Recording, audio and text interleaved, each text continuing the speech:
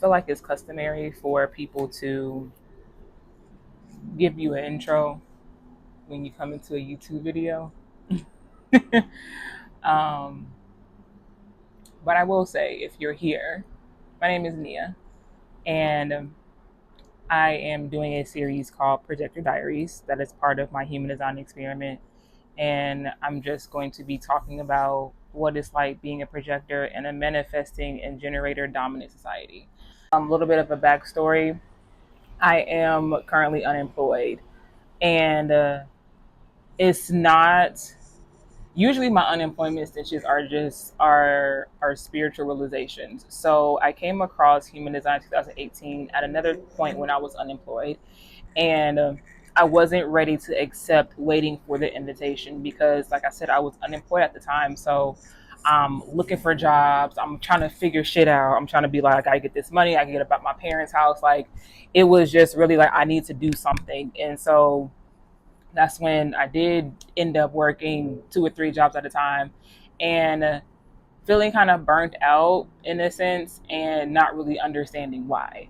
So now we fast forward to present time, and I'm unemployed again, but this time I have a different perspective of viewing things. And I think the projector diaries and incorporating the projector lifestyle into my own has been a game changer, because projectors are not meant to function in this generator and manifesting generator society. Um, and it's crazy because, you're taught to like be on the go, you're taught to, hustle and do XYZ, but it's like projectors aren't meant to do that. You're literally here to be recognized as you are as a person. So waiting on the invitation just requires you to show up as yourself. So waiting for the invitation also provides that time for preparation. That's literally what it is. Like, imagine you're in a waiting room and you're just getting your things together. Like, you're not twiddling your thumbs, but what can you focus on, which is 9 times out of 10 yourself, excuse me, to make this change a little easier. And waiting on the invitation gets such a bad rep because, people are just really impatient.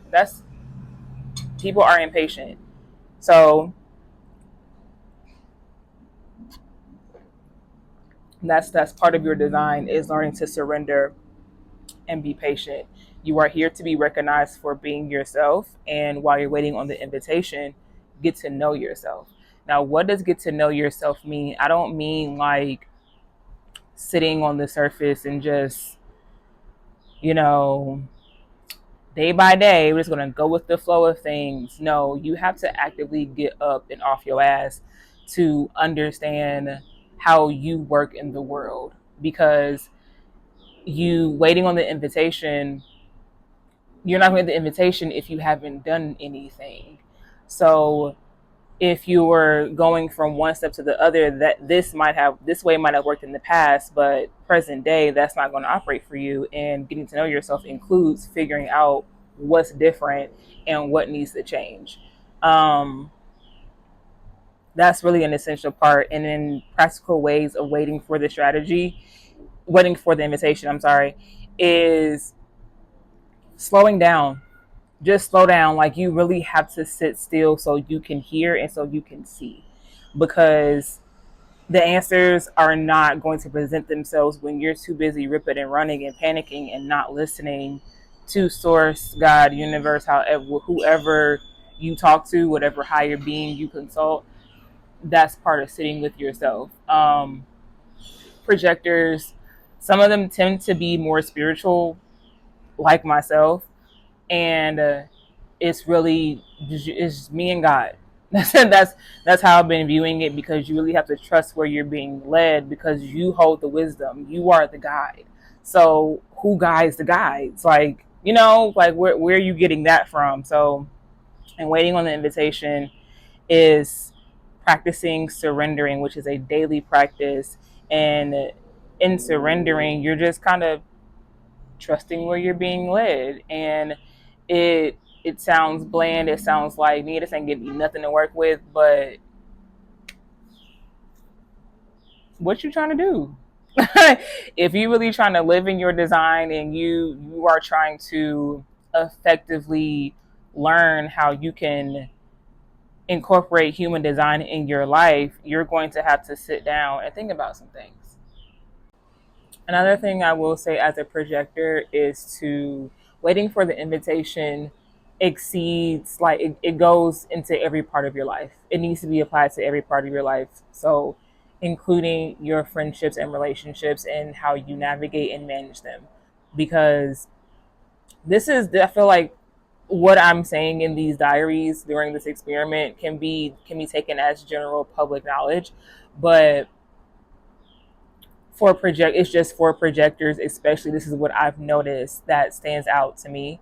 And waiting for the invitation includes giving advice, speaking up on things. Like it's a weird balance because let's say you have a friend that comes to you and she's talking, or he's talking, and you hear what the problem is. You hear what needs to be done.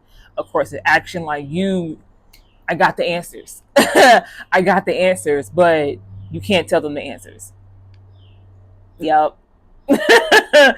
you can you can guide. You're here to guide. You're here to guide. I can guide you towards it, but until you blatantly ask, hey Neo, what do I do specifically, or what can I do in this situation that would benefit me, then you can give your input. Then you can give your 2 cents that you've been dying to give. But everything does not need a response from you at all. Like it's a funny thing because like you want to help your people, you want to give them the sound advice that they need, but wouldn't you rather give them quality advice? Because you know that the advice that you're giving them is like you 10 toes in it, like you know what's up. And I much rather give you quality advice than repeat myself over and over again, because then what happens is that I become exhausted because I need time to recharge. Projectors are just sensitive beings. Like I've noticed one-on-one interactions are better for me because I can give that person my attention versus we're at a group gathering. I'm not working the room. I'm not doing it. I noticed that about myself. I'm not working the room. I will generally speak, but as far as, touching hands with everybody, that's a lot for me. And that can easily exhaust me. So you just gotta chill and wait to be spoken to. And then until then, just continue to live your life. Because what can you do with that? I think another key factor for projectors is you take your hand off the wheel. Take your hand completely off the wheel, and all you can control is yourself. That's it. That's all that's there for you. And the sooner you learn to adapt the strategy into your life, you can begin to incorporate your authority, because we're doing this bit by bit. I'm not taking on my entire human design chart at one time. That's unfair to me. So how I'm doing it in this series is covering your strategy, covering authority, and how that works. After authority, there is, give me one moment. 5 hours later. So we have strategy, we have authority, we have motivation, and incorporating that right now. And circling back to strategy and authority interchangeably, because that's how much they affect how you can start to imply or apply um, these practical ways that can change your life. So, and remember, while this can be taken as general advice, this is specifically for projectors in human design. Um, you just make your life easier. You'll flow a lot better. Like, of course, you might have some initial guilt because being a projector will cause you to be kind of selfish, is what I'm noticing. Like, I can't be the first one you call all the time. I can't do that. I can't be on call. I can't feel obligated to text people back all the time. I can't have a list of people to check in on. I can't do that. And I won't do that because the right people will see you. As a projector, you have to trust that the right people see you and the right people hear you. If you are not recognized, which is part of waiting for the invitation, because you have to be recognized to receive said invitation, right? So if you're not recognized, that can turn into bitterness, which is the not self theme of the projector. And it just circles back to honing into yourself.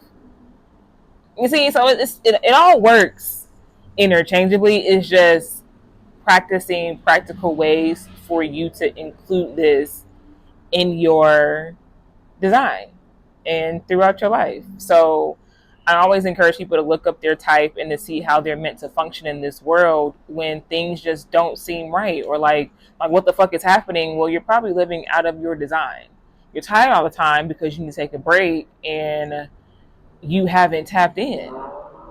So people operate differently, of course, as even projectors do, because there are different types of projectors. But that authority in how you make your decisions is where we start to see more subsets and subtypes of people.